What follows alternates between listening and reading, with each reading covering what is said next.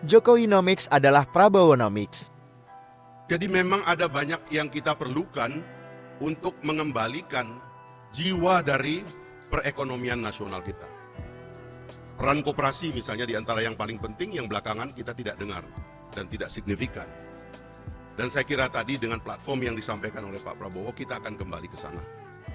Itu yang pertama yang saya ingin katakan, bahwa insya Allah jalan menuju ekonomi Pancasila mendayung di antara dua karang. Ekonomi baru yang kita akan gunakan untuk memperbaiki keadaan kita, terutama ketimpangan, akan menemukan jalannya kalau Pak Prabowo memimpin kita semua. Saya hanya mengusulkan dua hal di bidang ini Pak Prabowo. Yang pertama adalah memang perlu ada penerjemahan teoritis yang lebih kuat. Dan saya kira kita banyak ekonom yang bisa melakukan itu. Karena ini bukan pikiran baru. Tadi saya katakan Bung Hatta menyatakan itu. Beberapa guru besar menulis tentang itu. Ya, tadi saya katakan Pak Jimli juga menulis tentang itu. Bagaimana mengkonstruksi ekonomi Pancasila dalam kebijakan moneter dan fiskal yang lebih real, saya kira itu tantangan teoritis yang harus kita kerjakan. Dan tadi tim yang disebut oleh Pak Prabowo tentu akan berbicara menuntaskan ini sebelum masa 2024 nanti.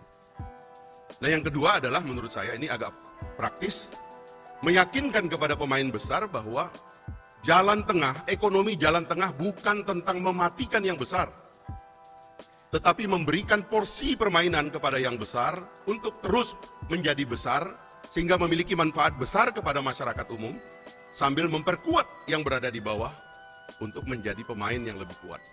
Saya mengatakan ini karena dari forum ini, saya tidak melihat ada wakil dari pemain-pemain besar ini Pak Prabowo. Kebanyakan kita ini UKM di sini saya lihat ini. Saya khawatir kalau yang besar ini salah paham kepada Pak Prabowo, nanti mereka takut kehilangan hartanya. Katakan kepada mereka, ekonomi Pancasila jalan tengah bukan tentang mengerdilkan yang besar, tetapi dengan menguatkan tulang punggung masyarakat banyak kita. Karena itu adalah basis bagi pertumbuhan dan kekuatan nasional kita ke depan. Ekonomi kita harus melibatkan sebanyak mungkin orang, jangan ada yang jadi penonton. Karena itu saya mengapresiasi terminologi yang dilahirkan oleh Pak Prabowo tadi. Mungkin ini terminologi yang secara keras dinyaringkan malam ini dan akan menjadi terminologi politik dan juga mungkin terminologi akademik, yaitu Jokowinomics. Saya lebih baik mengatakan Pak Prabowo, Jokowinomics itu adalah, kalau kita mau lengkapkan, karena di antara semua anggota kabinet yang saya lihat agak matang memberikan argumen kepada apa yang dilakukan oleh Pak Jokowi, maka Jokowinomics adalah Prabowonomics.